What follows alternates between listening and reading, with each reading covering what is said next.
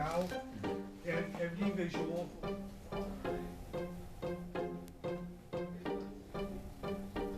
yeah, your cell phone's on. Help yourself.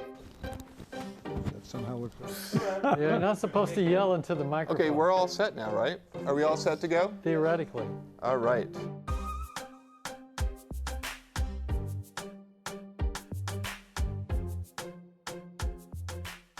Hi, welcome to True About. This is John Velm, your host. Today I have Jay McClelland from Stanford University, who studies cognitive science, and Tom McNeil, who has a background in physics. So today we're just going to ask some questions of the professor and talk about cognitive science and anything else that's interesting to technically discuss or dive into. So why don't we have you give a little intro about what you're interested in and what you're currently studying. Okay. So I'm somebody who started out trying to understand how we perceive, how we learn, how we remember. And the earlier days of my research, I focused on trying to develop models that explain the processes that go on in our brain in terms of simulated neural networks. So we took our computers back in the day when we first started doing this. We had computers that are thousands of times slower than the ones we have in our cell phones today. But we were able to program them to simulate networks of neurons and the interactions among those neurons in a fairly basic and primitive way, and use that to try to understand more about how context influences perception, for example. Nowadays, many people actually are using neural network models of the kind that we were building, more advanced versions of them, every time they say something to their cell phone. So just a minute ago, we were having a conversation about something, and we wanted to look up some information on the phone. And you said, how many calories are there in a joule? And the cell phone understood your speech and returned an answer to that question. The cell phone has in it a neural network, which is more sophisticated than the ones that we were developing. But it's basically a very similar kind of thing. The main difference is that when we first started doing this stuff, we would wire them up by hand. But the neural networks in your cell phone, nobody knows how to wire up a network to understand speech. The only way anybody's been able to figure out how to get it to work is to have it learn by listening to speech and figure out adjusting the connections among the neurons to sort of map the input onto the correct output. Right, so this is machine learning. This is similar to what IBM's Watson uses. Yeah, so Watson used every trick in the book, but when it comes to dealing with natural signals like speech sounds that are continuous and real valued sort of things, you can't. You got to start at a level that's pretty close to what you might think of as like signal processing, right?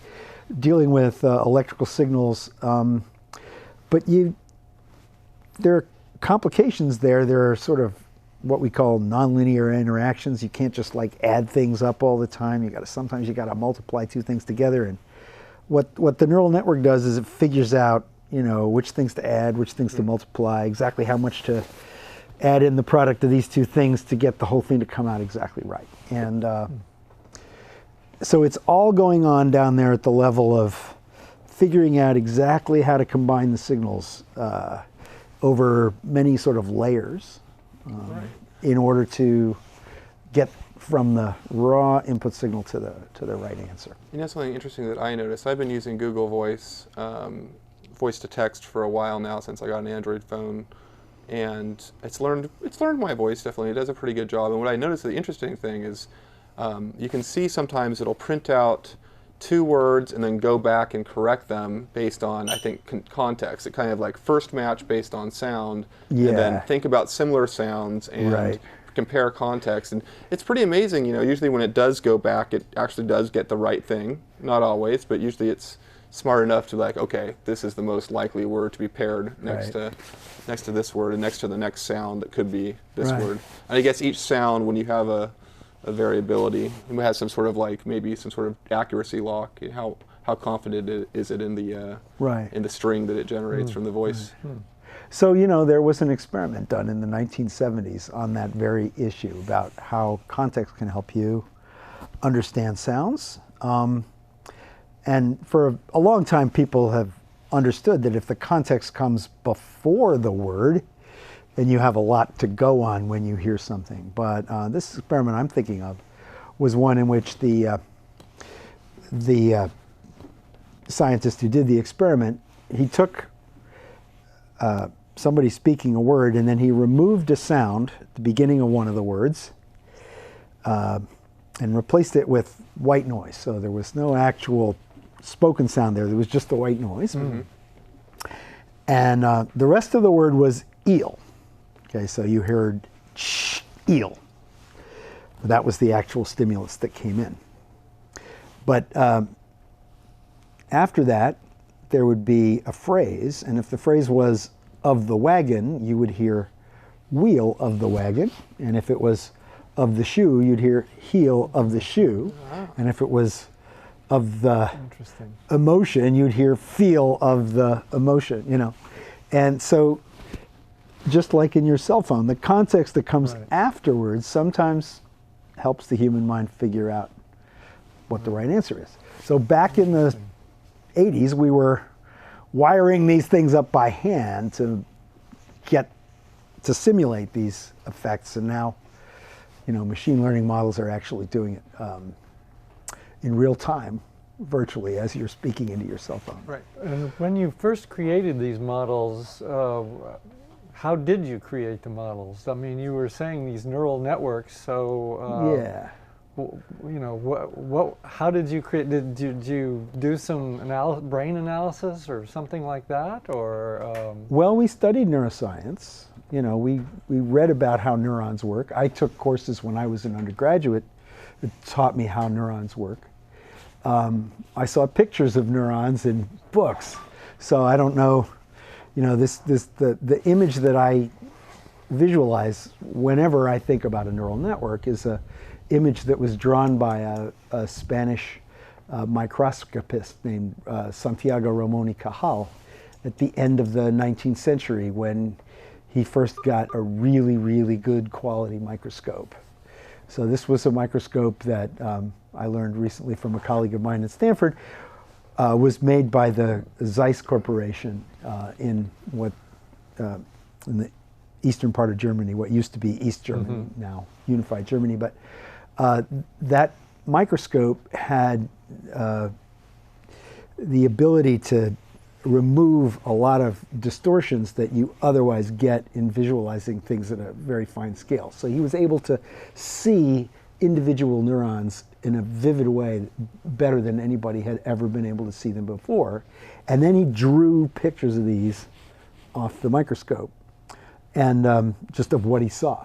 Right. So we have these pictures going back, you know, over 2 centuries now, of what a neural network in the brain actually looks like. And there are these cell bodies, and they have these very complex, we call them arbors, like trees of dendritic trees of these branching structures on which they can receive inputs from other neurons, right? So when I'm building my neural network, I'm thinking, okay, I need a computer simulation model that has these neuron-like units in it, each of which can receive many, many inputs from many other neurons. Right. So that's like the fundamental idea. And then I can turn that into a computer program by abstracting away from the actual physical details and just saying, okay, I'm just going to imagine that I have this array of numbers, and each one of those numbers corresponds to the activation of one neuron. And I have another array, which is the matrix of connections between one set of neurons and another set of neurons. And off I go. I'm doing vector matrix operations to simulate a neural network. I have a question to clarify. So are neurons only a one output cell, or do they have multiple outputs? So each of those neurons I was describing gets thousands and thousands of inputs, has a single, actually much finer fiber that comes out the bottom, if you like. We say the bottom because we think of the cortical depth as having a top and a bottom, and the bottom is where the fibers go out into the white matter and go from one brain area to another. So they go down out the bottom of the neurons, perhaps into the white matter and maybe off to another brain region.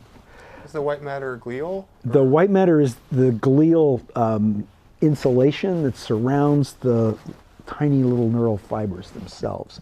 So that when they come off the neurons, they're really tiny, and then they may get these glial sort of insulators around them. And the insulators allow the signals to jump between the little gaps along the insulators, so they travel. The signals travel faster that way. Interesting. But the answer to your question, each neuron has a single fiber that comes out of it, but that fiber can branch thousands and thousands of times, so that each neuron can provide inputs to many thousands of other ones. So it's a many to many. Many to many, yeah. So when I think about this matrix, I have a bunch of neurons here lined up vertically and another bunch lined up here horizontally, and then I have this whole matrix wherever a fiber coming out of this guy crosses a dendrite coming into this guy, I have a connection. Is the output all the same? All the connections made, or just like splicing a wire, or is it actually able to send discrete different data over the output stream? So each neuron sends what we call action potentials. These are little spikes. It's almost like a telegraph, right? Somebody's hitting a telegraph key. So the spikes are discrete, and there's a lot of discussion about exactly what's carrying the information. The standard way of thinking is that it's the rate of spikes that sends a signal. So if a neuron's firing at a very high rate, it's telling you, oh, the thing that I represent in the world is out there. I'm sure of it. Right. And if it's firing in a little bit, it's like, well, maybe it's out there. I'm not really totally sure. But it's we have this principle called the doctrine of specific nerve energies that says that, that there's a sensation right here at the tip of your finger because a specific neuron that's associated with that location on your skin is firing action potentials. And if I touch you here, there's going to be different neurons firing. Yeah. So there's a map on your cortex corresponding to your body, and if you look closely in there, there's another map corresponding to your hand. It's not as big as your hand. It's maybe as big as the tip of your finger. And but it's laid out there. Your whole hand is laid out there as though, and so you can record from individual neurons. You march your electrode along. You'll march down a finger. Right. You march across the different fingers. So have you tried to duplicate some of the patterns? I mean, have you done an analysis of brain patterns that you might have tried to duplicate in this neural network? Or is it a little too complicated to do that? Well, so, there's a big field of researchers who work on these questions. And I myself have looked at certain things related to the specific topic we were just talking about how neurons organize themselves to make a nice map like that. Right. There was a Finnish man who was one of the first to work on this problem in the 1980s. He developed what's called the self-organizing map. And it's basically a very simple idea. The notion is that maybe initially, all the neurons that are projecting into a pool of neurons in the cortex are just projecting in there at random. So there's no initial structure really. But the ones up there in the cortex, when they fire, they kind of tend to cause their neighbors to also fire at the same time. And if you just set that up, it'll tend to kind of cause neurons that are seeing similar inputs to like end up near each other. And so it ends up producing a map-like representation of, the input array in the receiving neuron layer. Right. So we think that, the initial developmental process that sends the fibers in lays out an extremely coarse initial, structure, and then the activity and the interactions sort of figures out exactly how to reorganize that and get everything exactly aligned so that, the neurons that represent each different part of your skin will be near each other. Let's talk about a little bit. This is great to hear such hard science. Yeah. I didn't know we were going to stay at this low level of abstraction, but let's go up a few levels and let's talk about maybe the development of cognition. If you want to speak on that, throughout history, how did our cognition develop? I guess cognitive science is only possible with the Descartesian level of cognition, where you actually have a neocortex or a human level of cognition. But how did we get there, do you think? Well, that's a fascinating subject. So there's a broad range of views about, what essentially is the crucial element that distinguishes maybe the human mind from the animal mind. And there's such a broad diversity of views on this. One viewpoint, which perhaps is an extreme, says that really there's nothing super special except that the brain areas that are the most flexible and the most interconnected have been elaborated more and more fully as we go up the phylogenetic scale. And so in the humans, it's the most elaborated. So there's nothing special there except a tendency to bring more and more stuff together. So, and part of the evidence for that, if you look at a small monkey, let's say, the visual cortex will be like 40% of the monkey's brain. The corresponding cortex in our brain is, maybe 10% at the most. And, there's all this stuff sort of between the visual and the somatosensory cortex, which is really, maybe only 10% of the back half of the monkey's brain. In the human, it's like, like 60% of that. And it's just vastly elaborated and just more diversity and more things brought together in interconnected ways. So might it be fair to say that, the brain's evolved from the inside out is what I've heard. And so you kind of have like reptilian level of consciousness and then mammalian level of consciousness and then Homo sapien level of consciousness. Yeah. And I'm thinking that maybe there could be an analogy to sort of firmware-ish stuff where it's like you can't write very much to the primitive, but you can write a lot up on the neocortex, and there can be a lot of rewrites where you're modifying. Yeah, well, that's a great, very nice analogy. So the idea that the cortex is essentially, trainable brain, and the old brain, the stuff that we share with reptiles and so on, is essentially the untrainable brain. There's a lot of merit in that, and I think it's largely true. Interestingly, though, you can also study a lot of the phenomena that one sees in human learning, even in an animal like a fruit fly. So, for example, if you want to learn vocabulary words better, it's a good idea to have spaced practice. So you exposed on one day, and then you wait a few days, and then you get exposed again, and then you wait a few days, and then you get exposed again. So 5 exposures spaced out over 20 days, you're much more likely to remember than if you cram all 5 of those exposures into a half an hour. Right, because those are all associated maybe with the same spot of the brain where there's redundancy created if you have more of a time lapse. Yeah. There's different theories about that. That's one of them. But you could do the same experiment in a fruit fly.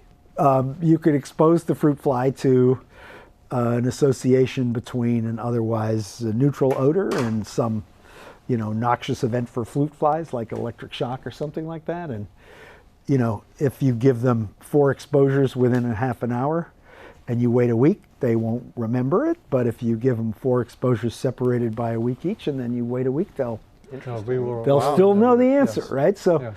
so, and you look in the structure of the nervous system of the fruit fly, and there's little tiny microscopic versions of lots and lots of the similar structures that we have in our brain. But I didn't realize this was true until a few years ago myself. I was thinking, oh yeah, flies, Wow. that's yeah, something yeah. completely different. But there are some mollusks that are pretty primitive, but when you get to things like insects, it's amazing.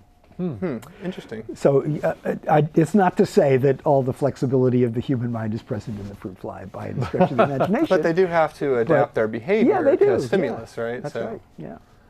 One other interesting thing I heard was that even a single-celled organism with like flagella that it uses to navigate, if you suck it up into a syringe multiple times, it gets quicker at actually finding the exit.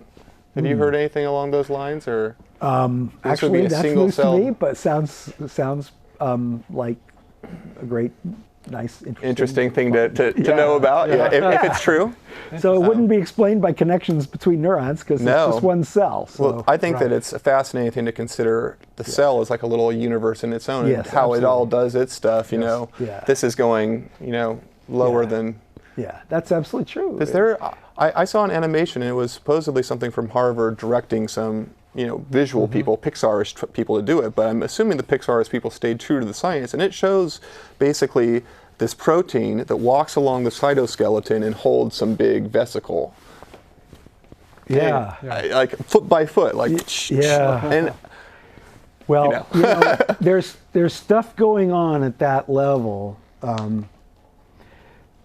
which it's below the level that I primarily work at, right? I'm worried about the strength of the synapse between one neuron and another. But if you look at that at a microscopic level, that synapse contains hundreds of thousands of molecules, some of which themselves contain hundreds of thousands of atoms. So there's these things called, at the synapse, this is where the signal coming from one cell sort of abuts up against the process of the receiving neuron. And there's a gap there. So this electrical signal travels down the axon to what's called the presynaptic terminal. And inside the presynaptic terminal, there's these little tiny vesicles, like bubbles. And inside those vesicles, there's a chemical. And when the electrical signal gets there, it causes some of these vesicles to kind of like get pressed up against the edge of the membrane, and they open up and they squirt out a little of their chemical. And on the other side, there's molecules that are essentially like closed pipes. And when the chemical comes across and attaches to them, it causes the pipe to open up so that it'll let an ion go through, right? And that's how one neuron causes another neuron to fire. So exactly what's happening when this ion changes the shape of this thing. Right. And so, that in and of itself, there's hundreds of thousands of, ions fitting together in atoms, fitting together into these very, very complex molecules, each of which consists of several parts. And what's actually happening is, in at least some of these channels, is that it kind of opens and closes like a lens. So when it's screwed up this way, it's kind of like all kind of tightly closed up and there's no hole in the middle. And when it unscrews like that, the fibers along the edge all line up and make a nice open passageway for molecules to go through. Cool. And we understand this based on microstructural electrocrystallography and various things like this. Not my area per se, but Fascinating. yeah. So So interesting, yeah. and just in the synaptic Bhutan, there's this huge amount of Complex. stuff. Yeah. Right. All these little genes working, running around, all these processes picking up those chemicals and pumping them back out again so they can do it again when the next signal comes along. Those vesicles have to all get reloaded, One more thing that I heard, which is I think sort of an outcast theory, you might have heard of it. It's called orchestrated objective reduction, and it's Hemmeroff and Penrose. Hemmeroff is actually a medical doctor who does anesthesiology as his specialty, and he also is, I think, the head of the School of Consciousness at University of Arizona or something like that. And anyways, they're working together, and he did some work on microtubules, and he thinks that microtubules in the neurons could have a special role that they don't necessarily have in other places where they're mostly cytoskeleton, structural. Yeah. Well, Have you heard anything about I think microtubules in neurons and possible functions beyond just structure? I can certainly imagine that they're involved in propagating signals around in the neurons. So one of the things that's essential for understanding synaptic plasticity, the change in the strength of the synapses, is we know that the strength changes as a function not just of a signal coming in, but of how strongly the postsynaptic neuron is activated overall, right? So a man named Donald Hebb first articulated this idea. He sort of suggested, okay, well, if we strengthen the connection whenever the presynaptic input is present just before the postsynaptic neuron, gets activated enough to send out an action potential, then that'll be a good way of like learning an association. And maybe something else caused this to happen, but now we know that this signal should predict it also, and so we learn to do that. So the question is, how does this receiving neuron let each of its synapses know, what its overall state is, and how does it's complicated enough, and the complexity of the signal processing is rich enough, and it appears to involve gene induction to actually cause the synapses to change. So some signals are being accumulated somewhere in the whole neuron and then being propagated back out, telling all the synapses to change their strengths. Interesting. And the tubules could play a role in that for sure. Interesting. As well as just carrying very important nutrients around. They need special chemicals. One more question. So, Yeah. do you think that the stimulus that a cell receives, I'm guessing that the nucleus is away from the axon, right? It's kind of in the area where there's lots of input connections. Possibly, no. Well, in some neurons they are quite separated, but usually the cell body it's almost like a teardrop or pyramid-shaped thing, and the axon comes out the bottom of that, Right. and the dendrites are all branching like that. They're relatively close to the nucleus. Yeah. Right, and I'm wondering, does the stimulus feed back into gene transcription, right? Because the genes it's a set book, but epigenetics or whatever, how often you transcript a gene to get made into a protein, maybe a variable feedback loop possibly Yeah. with the processing. Absolutely. A lot of that's happening inside the cell. So, the business of adding new synapses, adding new receptors in synapses and so on, all involves gene induction, which then involves the construction of the proteins involved that are there to actually be the structures themselves. So those receptor molecules I was telling you about, they're made of proteins, and the genes are the things that tell them, that help make them. So. We only have a few more minutes, and I'd like you to get a question in, Tom, but I've got one more. I'm going to jump to philosophy now.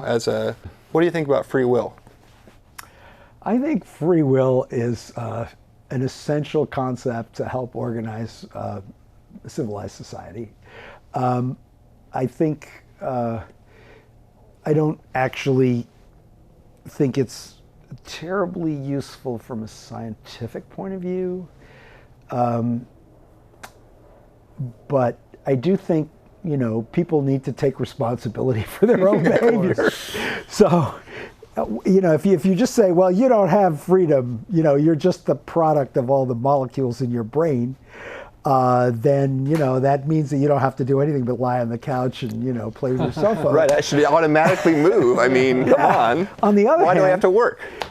On the other hand, if, you know, people, we know that you won't become a more capable and effective functioning member of today's complex society unless you engage yourself purposefully in learning, right? So we have to figure out ways of telling you things that convince you that you really ought to be, you know, like doing your homework or whatever it might be. And so that's what people in my department think about. A lot of people interested in education and learning, they think, you know, how do we help people, you know, have the right thoughts that will lead them to, you know, engage in the right kinds of activities that'll essentially promote their well-being in the long run. And yeah. Well, the one question I keep thinking about is you've got these models, but have you seen a learning situation or a learning process in these models when you're going through these sequences? Yeah. So that's really, we haven't really talked that much about that, but that's, you know, the thing that I think we really got excited about after we first wired up these initial models by hand. We really started to ask ourselves, well, what would it tell us about the way people learn if we thought about learning as occurring by changing the strengths of the connections in these neural networks? And so a man who I collaborated with and who inspired me greatly sort of really led the field by developing a sophisticated algorithm that's still actually in use in neural networks, but which allows us to essentially train multiple layers of interconnected neurons. And we've been able to use that to sort of understand how experience shapes the way our minds and, if you like, our brains respond to the information that comes in. You know, how it changes such things as, you know, when you look at a bunch of squiggles of ink on a printed page, you know, instead of just seeing squiggles, you see words, and the meaning comes automatically into your mind. We think that gets into the wiring of the nervous system, right? It happens so automatically. It's once you've really learned the skill. So it gets wired in through this synaptic modification process. And all the good things and the bad things about the way we react to things are, I think, similar. You know, so some people, you know, really become furious and angry when certain kinds of things occur. Well, that's because they're kind of wired up to respond that way to those things. And, you know, that's one of the things we'd like to figure out, how we can sort of ameliorate those kinds of things once they get wired in and stuff like Interesting. that. Very interesting. Well, thank you so much for your time. Well, thank you guys for chatting with me. Yeah, I think that no one even screwed up. We don't need to edit it at all.